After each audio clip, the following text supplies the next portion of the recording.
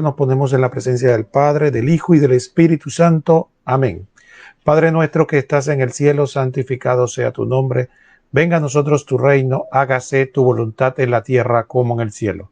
Danos hoy nuestro pan de cada día. Perdona nuestras ofensas como también nosotros perdonamos a los que nos ofenden. No nos deje caer en la tentación y líbranos del mal. Amén. Dios te salve María, llena eres de gracia, el Señor es contigo. Bendita tú eres entre todas las mujeres y bendito es el fruto de tu vientre Jesús. Santa María, Madre de Dios, ruega por nosotros pecadores, ahora y en la hora de nuestra muerte. Amén. Gloria al Padre y al Hijo y al Espíritu Santo, como era en el principio, ahora y siempre, por los siglos de los siglos. Amén. En el nombre del Padre, del Hijo y del Espíritu Santo. Amén.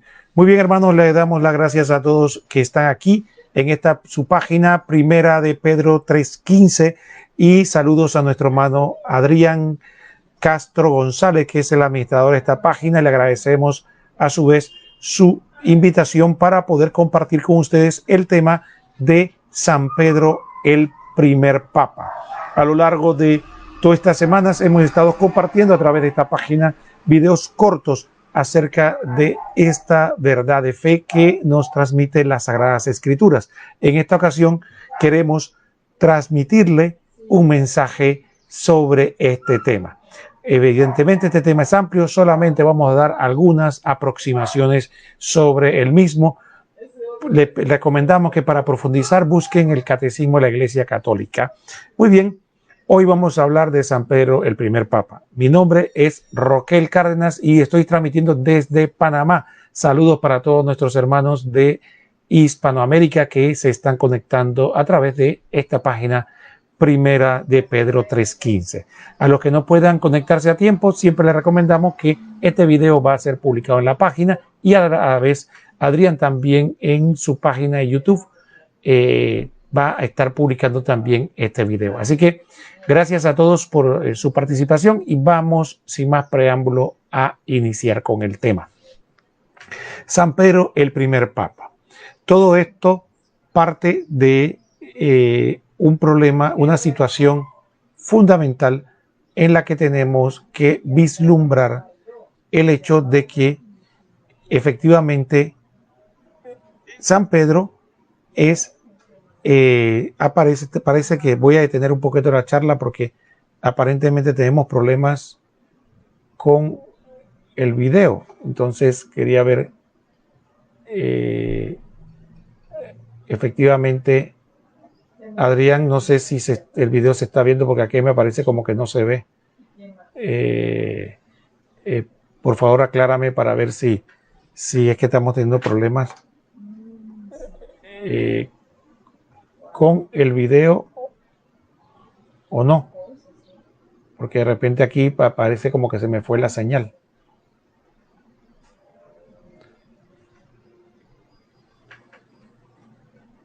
Ok, disculpen pues. Entonces también empecemos. Gracias Adrián por tu apoyo.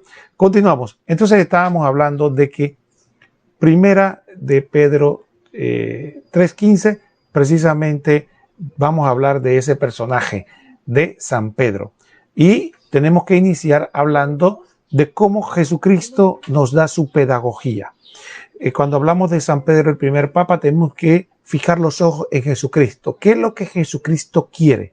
No qué es lo que a nosotros nos parece, nos gusta, sino qué es lo que el Señor quiso y qué es lo que el Señor establece. Primeramente tenemos que partir de un acontecimiento muy importante en la vida de Simón. Es el primer encuentro que tiene Simón con nuestro Señor Jesucristo. Y Jesucristo apenas se da ese encuentro, Él le da una manifestación, le da una indicación que va a cambiar la vida de San Pedro. Le va a decir que ya el nombre de él no es Simón, sino que será Cefas. Y esto es muy importante. Ustedes saben lo que significa el nombre para cada uno de nosotros. Hay alguna cosa importante para nosotros, es el nombre. De hecho, cuando nosotros nos escriben mal el nombre, cuando nos lo pronuncian mal, inmediatamente corregimos. No, yo no me llamo de esta manera, me llamo de esta otra. Y entonces, y también cuando lo vemos mal escrito, decimos, no, mi nombre no se escribe así, porque es natural. El nombre tiene un valor fundamental para cada ser humano y también tiene un significado en cuanto a lo que somos, de dónde venimos y muchas otras cosas. Así que el nombre tiene una historia. Imagínense a Simón, ya un hombre de años, no era un niño ni un chiquillo, era un hombre entrado en años, y de repente se encuentra con Jesús y le dice de buenas a primeras que ya no se va a llamar Simón. Entonces eso debía ser impactante y de alguna manera Simón tiene que haberse quedado estupefacto, ¿no? Habían dicho, este hombre es el Mesías, este hombre es el Cristo esperado por el pueblo de Israel. Vaya, y en su primer encuentro, podríamos decir, como decimos en América Latina, lo rebautiza, le pone otro nombre. Entonces Simón queda, supongamos todos, queda definitivamente sorprendido. ¿Por qué ya no me voy a llamar Simón? Me voy a llamar Cefas. Entonces, en Juan, Evangelio según San Juan, capítulo 1, versículo 42, busquemos nuestras Biblias. Dice la palabra de Dios que cuando Jesús se encuentra con Pedro, fija la mirada en él. Dice así la palabra de Dios. Fijando Jesús su mirada en él, le dijo, tú eres Simón, el hijo de Juan. Tú te llamarás Cefa, que quiere decir Pedro. Juan 1:42. ¿Qué significa esto, hermanos? Eso significa que de alguna manera Jesús le está dando un mensaje. Jesús no hace nada gratuito. Jesús no hace nada de buenas a primera. Jesús está dando una enseñanza. Jesús está transmitiendo una verdad, un mensaje. Entonces tendríamos que buscar qué sentido tiene el cambio del nombre. Aparte de lo que ya sabemos del nombre, que tiene un valor importante para todos nosotros, ahora tendríamos que buscar qué valor, qué sentido tiene el cambio y el nombre que le están poniendo. Entonces, efectivamente, el nombre por el cual conocemos o le cambia a Simón es por Cefas, que es una palabra aramea, que quiere decir roca, piedra. Entonces, en la Biblia tendría que saber Pedro también, o Simón, en este momento, de que el cambio de nombre no era gratuito. Tenía un valor, un significado en cada uno de nosotros. Y así podría ver de que en el pasado de Israel se daban cambios de nombre. Uno de los más famosos es el de Abraham. Recordemos que Dios le cambia el nombre a Abraham. ¿Y por qué le cambia Dios el nombre a Abraham? Porque le quería significar que la misión que le había asignado concordaba con este nuevo nombre. Fíjense, dice que en el Génesis capítulo 17, versículo 5, Génesis 17, 5, dice la palabra de Dios, no te llamarás Abraham, sino que tu nombre será Abraham, pues te he constituido padre de una muchedumbre de pueblos. Entonces la palabra de Dios nos dice que el cambio de nombre ya tenía un sentido en cuanto a la misión, en cuanto a en qué lo constituyó. Abraham, ahora en adelante, iba a ser padre de una muchedumbre de pueblos. ¿Por quién? Por Dios. Dios establece a Abraham como el padre de una muchedumbre de pueblos y por lo tanto le cambia el nombre. Vemos la pedagogía de Dios. Ahora Simón se encuentra con Dios hecho hombre, y entonces él le dice, tú te llamarás Cefas. Entonces Simón definitivamente habrá quedado preguntando. Él sabía por experiencia de que el cambio de nombre tenía un significado y máxime si Dios mismo lo hacía. Pero ¿qué significado iba a tener en su vida? En el caso de Abraham, como vimos, tenía que ver con que iba a ser padre de una muchedumbre de pueblos. En el caso de Simón, ¿cuál sería el significado? ¿Cuál sería la razón por la que le cambia el nombre? Bueno, eso también tendría una intriga, porque le estaba cambiando el nombre de Simón por el nombre de un objeto, porque le estaba poniendo el nombre de un objeto que era piedra, roca. Entonces eso también traería intriga. algo tiene que tener significado, porque no le cambió el nombre de Simón por el de Jonás o por el de Juan, sino que le cambió por el de un objeto. Entonces tendríamos que ver qué significado tiene ese objeto con la misión que tiene Pedro, con lo que Dios le quiere enseñar. Y pasó un tiempo en el apostolado de Cristo cuando Él le revela a Pedro, le revela a Simón y le reitera el cambio de nombre, y cuando le dice cuál iba a ser su misión y qué relación tenía ese nuevo nombre con esta misión. Fíjense lo que dice el Evangelio según San Mateo, capítulo 16, versículo del 13 al 19. Dice así la palabra de Dios.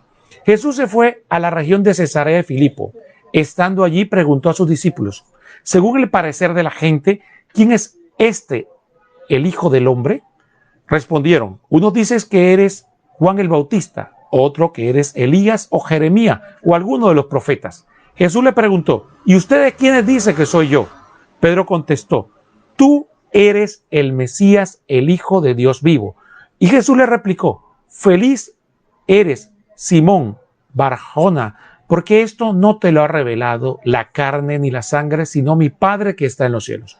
Y ahora yo te digo que tú eres Pedro, y sobre esta piedra edificaré mi iglesia, y los poderes de la muerte jamás lo podrán vencer. Yo te daré las llaves del reino de los cielos, y lo que ates en la tierra quedará atado en los cielos, y lo que desates en la tierra quedará desatado en los cielos. Primer aspecto que podríamos nosotros analizar sobre este texto. Importante.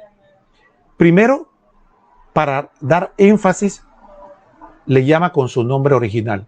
Le dice, bienaventurado tú, Simón Bar-Jona.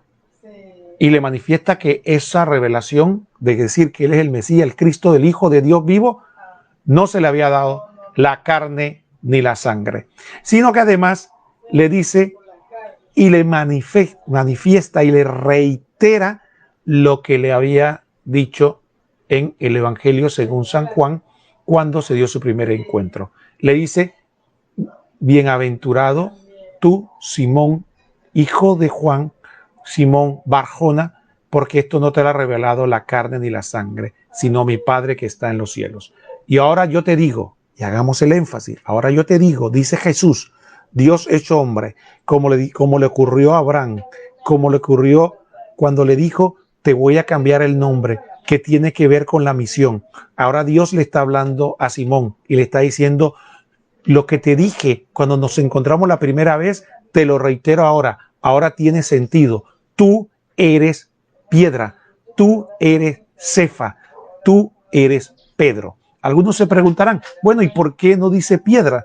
Porque estamos hablando de un tema de idiomas. En el arameo era perfectamente viable y aceptable que él se llamara Cefas y no había contradicción. Cuando esto se transmite a las lenguas como el griego, el latín y las lenguas romances como el español, es impropio llamar con un nombre femenino a un varón. Por lo tanto, en vez de ser Cefas, la traducción Petra, no le llamaron Petra, le llamaron Petros, de donde surge el nombre que conocemos nosotros en español, Pedro. Por lo tanto, por eso en nuestro oído suena raro Pedro, piedra, y no encontramos la relación, pero en el original es Cefas. Y es como que Jesús en arameo le dice, tú eres Cefas, y sobre esas Cefas edificaré mi iglesia. Entonces ahí encontramos el sentido. Simón de ahora en adelante iba a ser las Cefas, la piedra, la roca sobre la que iba a edificar la iglesia nuestro Señor Jesucristo. El cambio del nombre, con todo sentido, tiene relación con la misión y es Dios el que lo hace. Y tiene sentido con respecto a lo que Él espera de Simón. Por eso siguió llamándose de ahí en adelante Pedro y ya dejaron de llamarlo Simón. ¿Por qué? Porque Dios le había cambiado el nombre por la misión que tenía. Y esto lo reitero una y otra vez porque efectivamente es un concepto fundamental e importante para que veamos la misión que Dios le otorga a Simón. y por qué decimos que Pedro es el primer papa. Entonces ya vemos que en primer lugar, en este concepto de este primer texto, vemos que cobra sentido el cambio de nombre. Ahora, también el cambio de nombre va acompañado, la misión va acompañada de deberes, pero también de dones que le otorga de manera particular nuestro Señor Jesucristo a Simón. Le dice a Pedro, primero tú serás Pedro ahora en adelante, serás la piedra, y sobre esa piedra edificará la iglesia. Ahora, recordemos el texto cuando Jesús habla de la casa fundamentada sobre la roca y la casa fundamentada sobre la arena. Entonces, efectivamente, la casa fundamentada sobre la arena, viene el viento, la lluvia y se cae, mientras que la casa fundamentada sobre la roca soporta las tempestades. Entonces, esa figura que era muy propio del pueblo de Israel y que era conocida, recordemos que los especialistas cuando van a construir una casa, un edificio, muchas veces excavan hasta encontrar terreno firme para a partir de ahí poder levantar un edificio que soporte el peso, que soporte los embates. Entonces la base es fundamental en la construcción de un edificio. Por lo tanto, esa base en el pueblo de Israel era conocido que un edificio tenía que buscarse una roca sobre la que pudiera cimentarse ese edificio para que quedara firme. Entonces, en ese concepto de construcción, Jesucristo como arquitecto establece cuál va a ser la roca de su edificio espiritual. ¿Y quién dice él que es la roca sobre la que estableció? De hecho, le pone el nombre. Le pone, tú eres la roca, Simón. Tú eres la roca, tú eres donde yo, como arquitecto Jesucristo, establezco mi iglesia. Algunos les gustarán, otros no, pero eso fue lo que hizo Jesucristo, no lo que hicimos ninguno de nosotros o nos parece a nosotros, sino lo que Él establece. Y no solo eso, va en la coherencia de todo esto, después que le dice que es la base, porque efectivamente eso es una grave responsabilidad y tiene un gran sentido, entonces empieza a decir las cosas que le va a otorgar por ser la base, por ser la roca. Lo primero que le dice es que le va a entregar las llaves del reino de los cielos. Ahora, ¿qué concepto contiene este sentido de las llaves? Bueno, cuando nosotros sabemos en tiempos modernos, podemos fácilmente ver que la llave tiene un valor para nosotros. Observemos cuando un amigo nuestro nos dice, te presto las llaves de mi casa. Tengo una casa de campo en tal lugar, te la presto para cuando quieras ir con tu familia. ¿Qué le está dando el amigo al otro? Le está dando la autoridad. No le está dando la casa, no se la está regalando, se la está prestando, pero de alguna manera le está dando autoridad para que él pueda llegar, abrir, usar las instalaciones y puede tomar determinaciones mientras esté ahí sobre esa vivienda que no es de él, pero le dieron la autoridad. Esa es la llave. Recordemos también otros gestos importantes que tenía, por ejemplo, cuando en una ciudad dice que le dan la llave a un personaje, por ejemplo, le dan la llave a la ciudad allá de San Juan, Puerto Rico, a Adrián Castro González por el gran trabajo que ha hecho en su página primera de Pedro 3.15. Es un gran honor y es un símbolo de respeto y consideración que tiene sentido si vamos un poco más atrás, cuando vemos el concepto de lo que era el mayordomo, como también Jesús vemos parábolas que emplea mucho ese concepto de aquel encargado, aquel rey o potentado o persona que tenía mucho dinero que se va y que deja a alguien encargado, que hoy día llamamos administrador, gerente, presidente ejecutivo. En esa época se le llamaba mayordomo. Era una persona que simplemente no era el dueño de la propiedad, pero que daba con autoridad para administrar. De hecho, tenemos un ejemplo bíblico muy conocido, que es cuando en la dinastía davídica se elige a un siervo que se llama Eliaquín, cuando le dan las llaves del palacio como símbolo de que él no era el rey, no era el dueño del palacio, pero tenía la autoridad del rey para administrar el palacio. De tal suerte que Isaías recuerda ese acontecimiento para dar una enseñanza.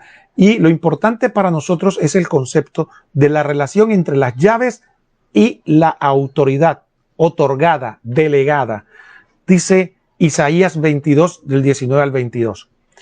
Te empujaré de tu peana y de tu pedestal te apearé. Aquel día llamaré a mi siervo Eliaquín, hijo de Hilquías. Le revestiré de tu túnica. Con tu fajín le sujetaré tu autoridad. Pondré en su mano y será él un padre para los habitantes de Jerusalén y para la casa de Judá. Pondré la llave de la casa de David sobre su hombro. Abrirá y nadie cerrará y nadie abrirá. Por lo tanto, aquí vemos cómo se manifiesta este concepto de la llave como símbolo de autoridad, en este caso de la dinastía davídica. Por lo tanto, esa llave y ese símbolo de autoridad lo vemos reflejado también en el libro del Apocalipsis, cuando también se relaciona las llaves con un concepto espiritual. Veamos lo que dice Apocalipsis 3 del 6 al 7, cuando nos dice lo siguiente: el que tenga oídos, oiga lo que el Espíritu dice a las iglesias. Al ángel de la iglesia de Filadelfia escribe: esto dice el santo, veraz, el que tiene las llaves de David. Si él abre, nadie puede cerrar, y si él cierra, nadie puede abrir. Ahora, ¿cuál es esa llave de David que dice Isaías que va a tener Eliaquín, hijo de Hilquías, y que abrirá y nadie cerrará? ¿Quién tiene esas llaves? Jesucristo. Jesucristo es el hijo de David y es el que tiene las llaves, pero él decide otorgar como administrador de él, como su representante. Es decir, la palabra que usamos en la iglesia, vicario, representante de Jesucristo, le da las llaves. Por eso al Papa le llamamos el vicario de Cristo, porque tiene las llaves que le dio nuestro Señor Jesucristo. ¿Las llaves de qué? No las llaves de una casa, no las llaves de un palacio, sino las llaves del reino, pero no terrenal, el reino de los cielos. Entonces Jesucristo fue específico: a ti te daré las llaves del reino de los cielos. Por lo tanto, le está otorgando una autoridad espiritual sobre el reino que Jesucristo vino a establecer en esta tierra. Por lo tanto, vemos con claridad el concepto de autoridad. Cefas, piedra, base sobre la que funda su iglesia.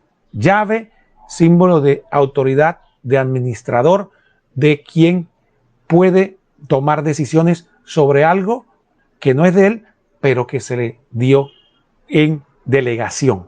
Importante esa palabra, en delegación. Ahora, otro aspecto importante. También vemos el concepto que también le dice Jesús, lo de atar y desatar.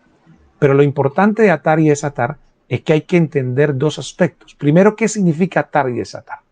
Y el otro aspecto, ¿dónde va a ser avalado esa decisión? Miren lo interesante. En los tiempos de Jesucristo, el término atar y desatar tenía connotaciones de autoridad en cuanto a determinar los deberes propios de las personas en cuanto a la religión, el culto a Dios. De hecho, Jesucristo le critica a los escribas y fariseos y les dice que ustedes atan cargas pesadas sobre los hombros de las personas, pero no mueven un dedo para moverlas. Esas cargas pesadas que hacían los escribas y fariseos sobre las personas que Jesús le cuestionó, se refería específicamente a los deberes en cuanto a Dios y en cuanto a la religión, que en ese momento ellos todavía tenían la autoridad dada por Dios para determinar qué cosas tenían que hacer la gente para agradar a Dios. De esta manera, atar y desatar y la carga, el concepto de la carga, tenía que ver específicamente con los deberes para con Dios. Recordemos también otro texto donde Jesucristo dice: mi yugo es ligero, mi yugo es suave y mi carga ligera. Nuevamente el concepto de carga, nuevamente el concepto de yugo, que es lo donde se ataban los bueyes para que jalaran la carga, y también el concepto de carga, ¿no? Mi carga es ligera, mi yugo es suave. Entonces vemos que el concepto de carga, atar y desatar tenía que ver con esto de los deberes para con Dios, los deberes en cuanto a la religión. Por eso viene Jesús y le dice a Pedro, todo lo que ates, o sea, todo lo que digas que hay que hacer, todo lo que prohíbas, eso en el cielo va a ser avalado. Y todo lo que desates, es decir, permitas o liberes, eso también va a ser avalado en el cielo. Importante concepto también. Recordemos lo que hoy día hablamos nosotros de los embajadores plenipotenciarios. ¿Qué significa eso? Que ese embajador tiene la autorización para negociar, para determinar, para representar a ese país, y el gobierno a quien él representa va a avalar lo que hace este embajador.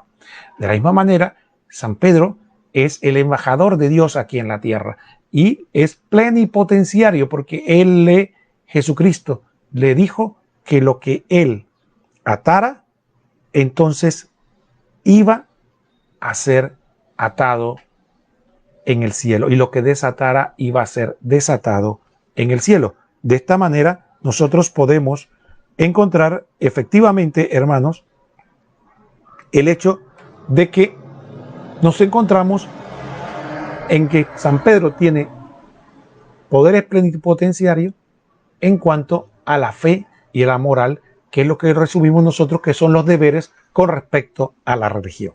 Ahora, otro aspecto importante que podemos nosotros determinar.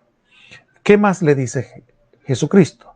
Jesucristo, además de todo esto, le dice que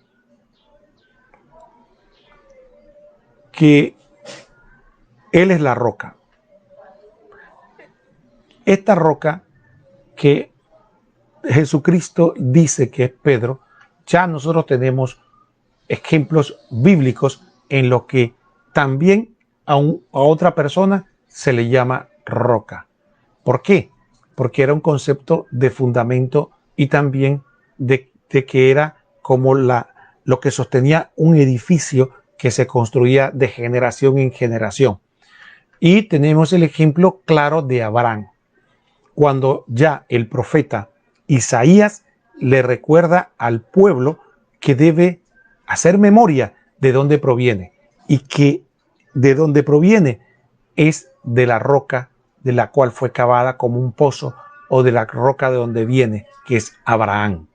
Por lo tanto, veamos qué dice Isaías 51 del 1 al 2. La palabra de Dios dice: préstenme oído, seguidores de lo justo, los que buscan de donde fueron excavados. Ya reparad en la peña donde fuiste tallados, y en la cavidad del pozo donde fueron excavados. Reparen en Abraham, su padre, y en Sara, que les dio a luz, pues uno solo era cuando le llamé, pero le bendije y le multipliqué. Que él le está diciendo el profeta Isaías al pueblo de Israel, que deben recordar de dónde fueron tallados, de la cavidad del pozo donde fueron excavados, la peña donde fueron tallados. ¿Quién es esa peña? Cefas, roca, piedra, Abraham. Entonces vemos un ejemplo donde Abraham, por ser el padre de multitud de pueblos, Isaías lo llama la peña, la roca donde fueron excavados, donde surge el pueblo de Israel. Y entonces, de esta misma manera, Jesucristo establece, como se estableció con Abraham, recuerden, Abraham será padre de multitud de pueblos. El cambio de nombre, Dios cambiando el nombre. Ahora, Simón, Pedro, tú serás la roca sobre la que va a edificar la iglesia, la asamblea del nuevo pueblo de Dios. Recordemos que la palabra iglesia quiere decir la asamblea de aquellos que hicieron el pacto con Dios, con el pueblo de Israel. Y eso tiene su historia. Cuando el pueblo de Israel se reúne en el Sinaí para pactar con él, hacer el pacto, la alianza con Dios. Esa asamblea, cuando la Biblia se traduce al griego en la versión de los 70, utiliza la palabra eclesia. Eclesia es esa asamblea, ese pueblo que pacta con Dios. Y es el mismo término que Jesucristo utiliza para designar al nuevo pueblo de Dios. La eclesia, la iglesia, la asamblea de los elegidos, de todos aquellos que por medio de su nombre van a ser salvados. Entonces, esa iglesia, ese edificio espiritual va a ser establecido sobre Pedro. Ahora, algunas manifestaciones que pueden preguntarse. Bueno, algunos dicen, bueno, sí, pero recordemos que el tema es que Jesucristo mismo dijo que Él es la piedra angular de la cual desecharon los arquitectos. Siempre a lo largo de esta exposición hemos hablado de lo que Pedro tiene, no es por él mismo, es delegado, dado. Por lo tanto, efectivamente, nosotros no negamos que Jesucristo es la roca. Nosotros no negamos que el dueño de la iglesia es Jesucristo. Nosotros no negamos que Jesucristo es el que tiene autoridad para atar y desatar, que tiene la llave del reino de los cielos, que le pertenecen. No lo negamos. La pregunta es, ¿a quién decidió él dársela? ¿A quién él le dio la autoridad? Entonces, el dueño es el que puede delegar. El dueño es el que puede dar autoridad. Y en Pedro, capítulo 16, versículo del 13 al 19, Jesucristo está actuando como dueño, como arquitecto, como constructor, como aquel que puede hacer el edificio como él considere y darle las autoridades a quien él quiere, cuando quiere y como quiere. Y eso fue lo que hizo. Desde su autoridad decidió fundar la iglesia sobre Pedro. Él es arquitecto en ese momento y él está actuando con autoridad, dándole también, delegándole autoridad a Pedro, dándole las llaves, diciendo que lo que ate en la tierra quedará atado en los cielos y lo que desate en la tierra quedará desatado en los cielos. Por lo tanto, no hay contradicción alguna en que San Pedro o Pedro sea la roca y que Jesucristo también diga que él es la roca angular, porque San Pedro es vicario, representante, administrador, delegado de Jesucristo aquí en la tierra. Por lo tanto, no hay contradicción alguna, como algunos hermanos plantean, de que porque Jesucristo es la roca, nosotros pensamos que un hombre está reemplazando a Jesucristo. Falso, es una mala interpretación.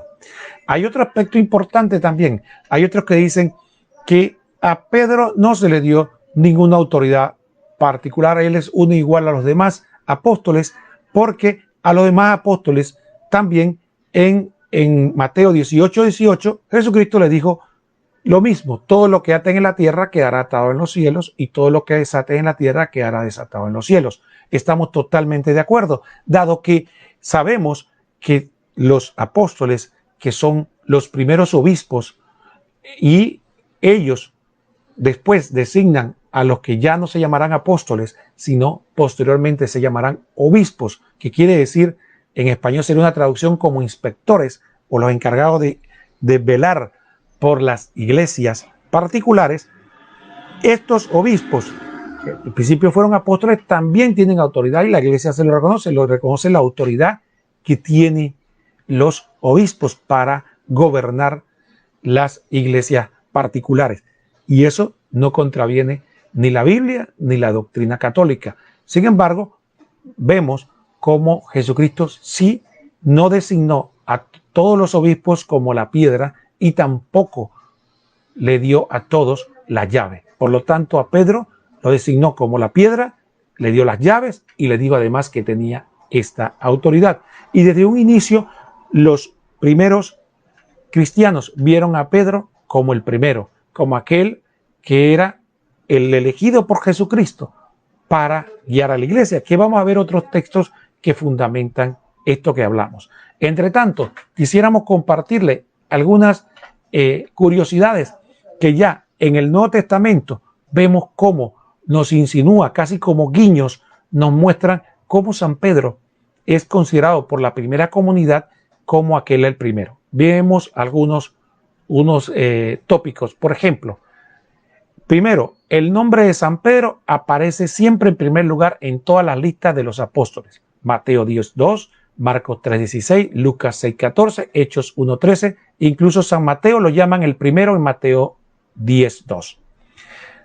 Jesús ora específicamente por Pedro para que su fe no desfallezca. Lucas 22:32.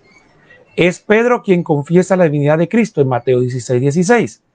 Pedro es mencionado por un ángel como el líder representante de los apóstoles en Marcos 16:7. Pedro responde en nombre de los discípulos en Marcos 8:29.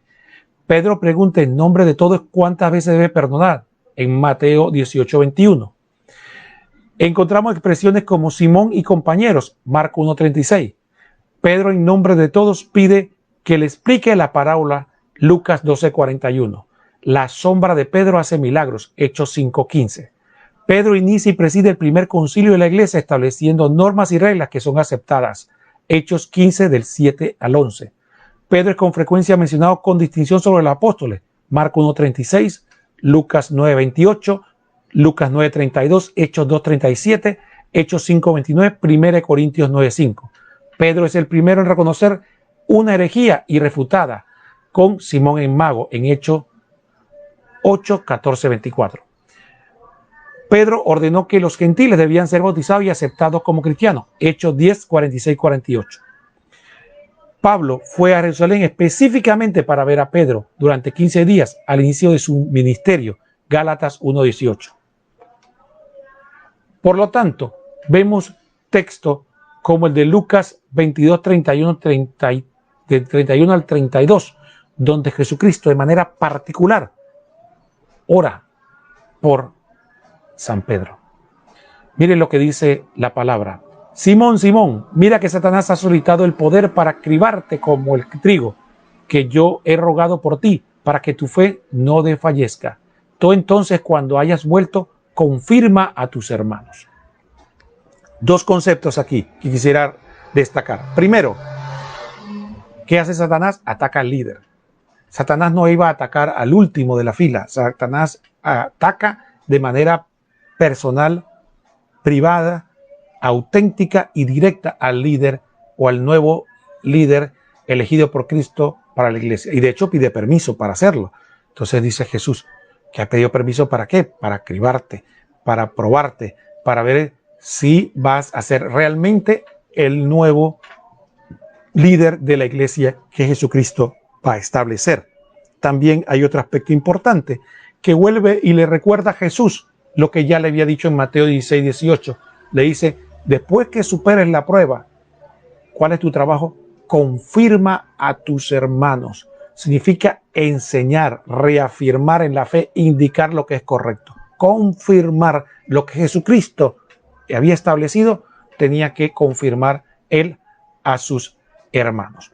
Por lo tanto, aquí vemos con claridad ya que vuelve dos aspectos de un mismo texto, Lucas 22, el 31 al 32, mostrarnos cómo San Pedro es designado como el primero entre los apóstoles. Aquí hay otro texto que también es importante. Todos sabemos que San Pedro, después, en el momento de la pasión, peca y niega a Jesús 3 veces, como el mismo Señor se lo profetizó. De esta manera encontramos una verdad de la cual aprovechamos para explicar. La Iglesia Católica jamás ha enseñado que el Papa sea impecable, es decir, que no sea capaz de pecar o que no peque. El Papa puede pecar. El Papa puede cometer pecado, incluso puede ser uno que causa un escándalo. De hecho, en el pasado de la historia ha habido papas que han causado escándalos porque no han sido fieles a su ministerio. Sin embargo, aquí vemos un aspecto muy importante. ¿Qué ocurre con Jesús? Jesús nombra a Pedro o a Simón como Pedro, su primera piedra el primer papa. ¿Y qué hace Pedro? Cae. Cae cuando le dice, le invita a que niegue la cruz y lo regaña fuertemente. Cae cuando lo niega 3 veces, siendo escándalo entre los apóstoles, porque él, que era el líder, el primero, que hace, en vez de acompañar a Jesús, lo niega. Creo que hizo peor que los otros, porque los otros salieron huyendo. Está bien, pero él dijo que se iba a quedar con él, prometió que iba a morir por él y después termina negándole. Así que un escándalo. Por lo tanto, efectivamente cayó en el pecado. Pero ¿qué hace Jesús? Jesús no dice, bueno, como me fallaste, ahora elijo otro nuevo papa y otro nuevo para que dirija la iglesia. No, lo dejó, le perdonó y lo dejó. Entonces, efectivamente, independientemente de la indignidad que pueda tener un papa, Jesucristo se ratifica en sus promesas de que Él va a avalar lo que diga el sucesor de San Pedro. Y efectivamente Jesucristo es el encargado, Él y más nadie que Él, de guiar al Papa y de salvaguardar de que Él enseñe correctamente la fe.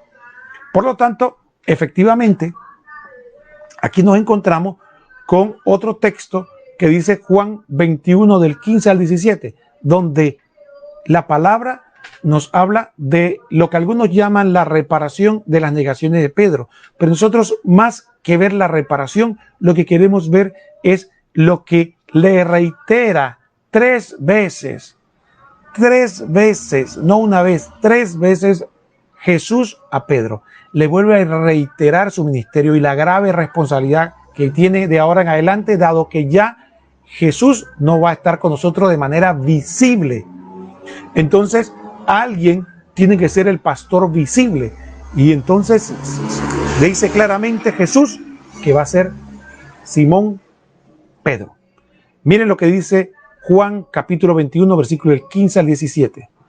Después de haber comido, dice Jesús a Simón Pedro: Simón de Juan, ¿me amas más que esto? Le dice él: sí, Señor, tú sabes que te quiero. Le dice Jesús: apacienta mis corderos. Vuelve a decirle por segunda vez: Simón de Juan, ¿me amas? Le dice él: sí, Señor, tú sabes que te quiero. Le dice Jesús: apacienta mis ovejas. Le dice por tercera vez: Simón de Juan, ¿me quieres? Se entristeció Pedro de que le preguntase por tercera vez: ¿me quieres? Y le dijo: Señor, tú lo sabes todo, tú sabes que te quiero. Y le dice: apacienta mis ovejas. Repite las 3 veces. ¿Qué debe hacer Pedro? Apacienta mis corderos, apacienta mis ovejas, apacienta mis ovejas. Recordemos la figura del buen pastor. Y esto aprovecho para explicar este concepto. Algunas personas no pueden manejar el hecho de que nosotros decimos que Pedro es la roca sobre la que Jesús fundó la iglesia, porque no ven con claridad el concepto de delegación. Fíjense el concepto del buen pastor. Dice, miren, dicen que hay una cosa importante. Miren lo que dice Jesús sobre el Papa, ¿no? Que apaciente sus ovejas. Pero él, sin embargo, ¿qué dijo él? De sí mismo: yo soy el buen pastor. El buen pastor da la vida por sus ovejas. No, los demás no son pastores, son los que vinieron antes, no eran pastores. Entonces, él se declara como el verdadero y único pastor. Pero sin embargo, ¿qué le dice a Pedro? Que apaciente sus ovejas. Entonces, ¿Pedro qué es? Pastor también. ¿Por qué? Por autoridad de Cristo, por mandato de Cristo, por delegación de Cristo. Y entonces, por lo tanto, efectivamente, aquí vemos otro caso donde se ve que Jesucristo es el pastor, pero él dice: tú ahora eres pastor también, porque yo te estoy diciendo que tú vas a ser pastor y tú tienes que apacentar. ¿Cuáles? Dice Jesús: mis ovejas. Él se declara el dueño. Entonces ya él toma otra posición. Ahora ya yo soy pastor, ciertamente, pero también dueño de las ovejas. Así que ahora tú eres mi pastor, el pastor que yo estoy designando. Entonces ven cómo se da. Jesucristo es la roca, pero también delega la roca, ser la roca a Pedro. Jesucristo tiene autoridad, también le da la autoridad a Pedro. Y Jesucristo es el pastor, pero también dice que Pedro es pastor. Por lo tanto, no es más que una mala interpretación de la Biblia querer comparar a Jesucristo con Pedro. Nadie lo está comparando. Lo que estamos precisamente es tratando de ser fiel a aquel que estableció las cosas como él quiso, como él, a su buen entender, dejó aquí en la tierra. Y dijo que él iba a delegarle la autoridad, la base, la fundamento de la iglesia y también el ser pastor a un hombre que es San Pedro y después obviamente sus sucesores, como ocurrió con los apóstoles, que como no eran eternos, efectivamente iban a darse la sucesión apostólica, que es la autoridad que se dan entre los hombres para continuar la misión de nuestro Señor Jesucristo. Ahora, algunas preguntas para ya ir cerrando la charla. Vamos a ver algunas preguntas frecuentes que tenemos sobre este tema. Primero, Jesús llama a Pedro Satanás en Mateo 16:23. En primer lugar, eso lo explicamos ya porque la iglesia no enseña que el Papa sea impecable, que el Papa se equivoque, que el Papa cometa errores. Lo que la iglesia enseña es que Jesucristo lo nombró como la base sobre la que fundaría su iglesia, sobre que le dio las llaves y le dio que le va a tener que perdonar los pecados, pero que sin embargo va a tener la misión de confirmar a sus hermanos y que además tiene que apacentar las ovejas. ¿Y cómo va a ocurrir esto? En otro momento hablaremos, porque hoy no hay tiempo, sobre la enseñanza sobre la infalibilidad del Papa.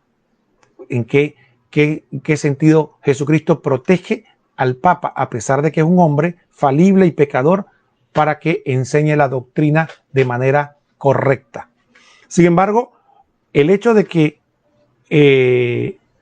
Jesucristo llamara en su momento a Pedro, que estaba tocado o estaba tomado o estaba tentado en ese momento por Satanás, y por lo tanto lo que estaba diciendo iba de acuerdo a los conceptos o a las enseñanzas de Satanás, no significa que Jesucristo renegara de él, porque ahí lo vemos claramente. En los textos que vimos que Jesucristo incluso dijo: yo estoy orando por ti.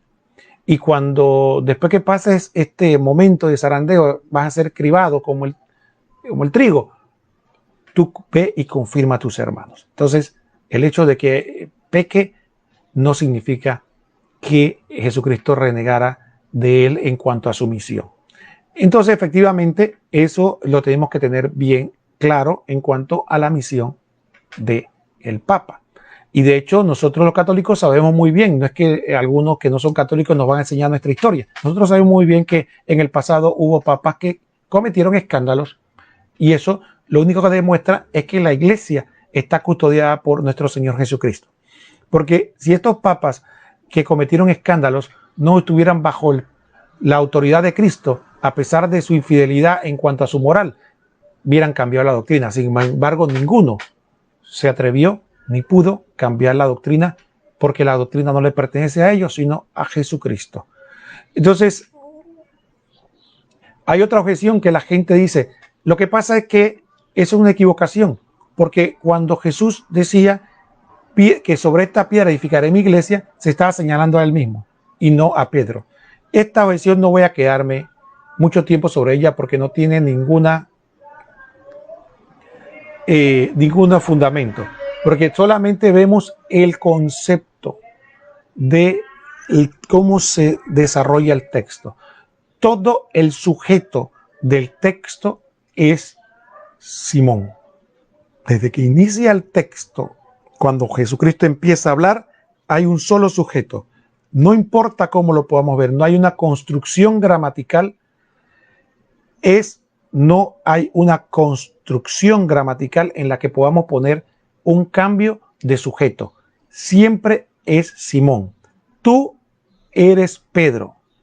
bienaventurado Simón, hijo de Jonás, porque esto no te lo ha revelado la carne y la sangre. Tú eres Pedro, y sobre esta piedra edificaré mi iglesia. A ti te daré la llave del reino.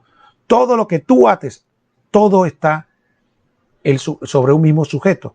No hay una construcción gramatical que pueda hacerse en español, griego, arameo, en la que se pueda justificar de que en algún momento Jesucristo dijo, tú eres, pero ahora soy yo.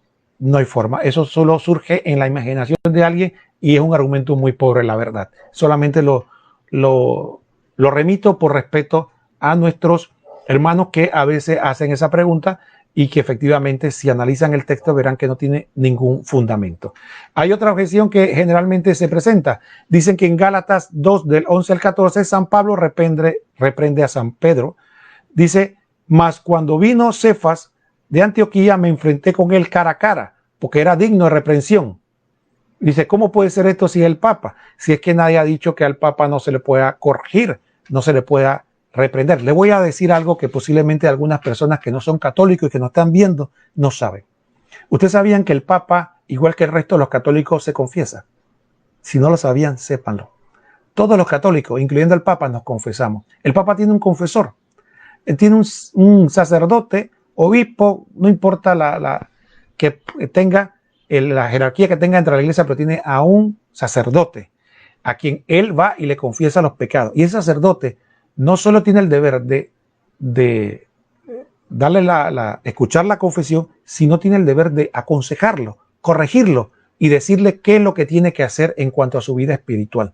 Por lo tanto, eso de que a él, al Papa, nadie le dice nada es falso. También el Papa tiene un cuerpo de cardenales y obispos que él escucha y lo aconsejan y le corrigen incluso. El Papa Francisco ha sido muy abierto en eso y ha dicho en varias ocasiones que a él lo han corregido. Así que eso de que al Papa nadie le puede decir nada es falso. Y que el que incluso no esté de acuerdo con el Papa o diga algo con que piensa que el Papa no hizo bien, es un mal católico, tampoco.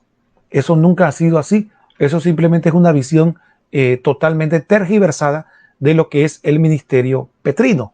Por lo tanto, es una realidad muy humana, muy real, que el Papa efectivamente puede cometer un error y que alguien, en este caso, incluso hay hasta posiciones encontradas. Algunos dicen que Pablo hizo bien al llamar la atención a Pedro, pero sin embargo, otros dicen que tal vez Pablo se precipitó porque Pedro lo que estaba haciendo era lo que Pablo después recomienda, porque Pablo más adelante va a decir que si uno come con escándalo no hace bien y que si uno se abstiene de comer algo para salvaguardar la conciencia del otro, hace. Así que comer sin caridad no es productivo. ¿Y qué estaba haciendo San Pedro ahí en ese momento? ¿De qué se le reprendió? Era que no estaba comiendo alimentos que los hermanos hebreos que habían llegado a ese momento consideraban impuros y muy probablemente Pedro estaba haciendo uso de caridad para no formar un escándalo en la iglesia. Independientemente que hubiera diversidad de criterios en ese aspecto, lo que queremos destacar es que el hecho de que fuera corregido por San Pablo no significa que él no fuera la autoridad. De hecho, el hecho que San Pablo se preocupara en señalarlo era por el prestigio e importancia que él le veía a Pedro y por eso le preocupaba que pudiera estar transmitiendo una versión equivocada del Evangelio. Entonces, ahí vemos con claridad la concepción. Entonces, claro, hermanos, no, eso tampoco es un argumento. Hay otro que finalmente